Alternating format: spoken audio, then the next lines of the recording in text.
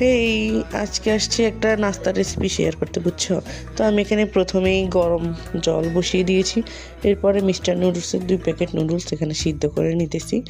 এইভাবে তোমরা সিদ্ধ করে নিবা। এরপরে নুডলসগুলো সিদ্ধ হয়ে যাওয়ার পরে একটা ছাঁকনিতে ছেঁকে নিয়েছি, একটু ঠান্ডা জলও দিয়েছি আমি। এরপরে ওই নুডলসগুলোর মধ্যে পেঁয়াজ কুচি, হলুদ, মরিচ আর লবণ দিয়ে দিয়েছি। তারপরে আমি এখানে একটা আস্ত ডিম ভেঙে দিয়েছি, আর নুডলসের যে মশলা ওইগুলো আমি এখানে দিয়ে দিছি। দিয়ে দেওয়ার পরে আমি এখানে ওই যে 2 প্যাকেট ছিল, 2 প্যাকেটে দিয়েছি। এরপরে আমি এখানে একটু ময়দা দিয়েছি, তোমরা চাইলে আটাও দিতে পারো।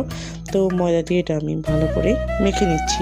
এই যে দেখো, এভাবে ভালো করে মেখে এরপরে বড়া বা পকোড়ার আকৃতি করে তোমরা এগুলোকে ডুবো তেলে ভেজে নিবা মুচমুচে করে।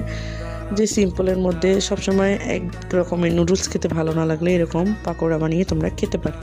এই যে এভাবে আমি লাল লাল করে ভেজে উঠিয়ে নিচ্ছি এগুলোকে। এই ময়দার পরিমাণ একটু কম দিলে ভিতরটা খুব নরম হয় আর বাইরেটা খুব ক্রাঞ্চি হয়। তো এই যে দেখো, আমার পকোড়া বানানো শেষ। আমি একটু সস আর পেঁয়াজ কুচি দিয়ে এটাকে পরিবেশন করে দিলাম। কার কেমন লাগছে জানিও। সবাইকে ধন্যবাদ, টাটা।